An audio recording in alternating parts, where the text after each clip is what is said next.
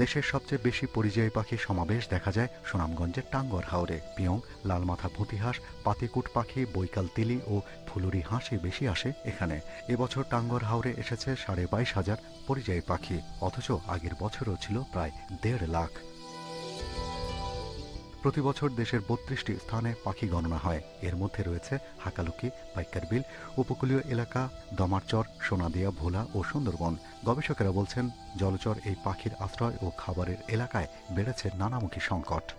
1992 সালের পর থেকে এই বছর সবচেয়ে কম পাখি আমরা পেয়েছি। চায়না দুয়ারি জাল এবং অন্যান্য জালের ব্যবহার এত বেশি হয়েছে এবং হাওরে অনেক ফিশারম্যান ছিল। এই ধরনের একটা ডিস্টারবেন্স গোচারণ ভূমিটা হয়েছে।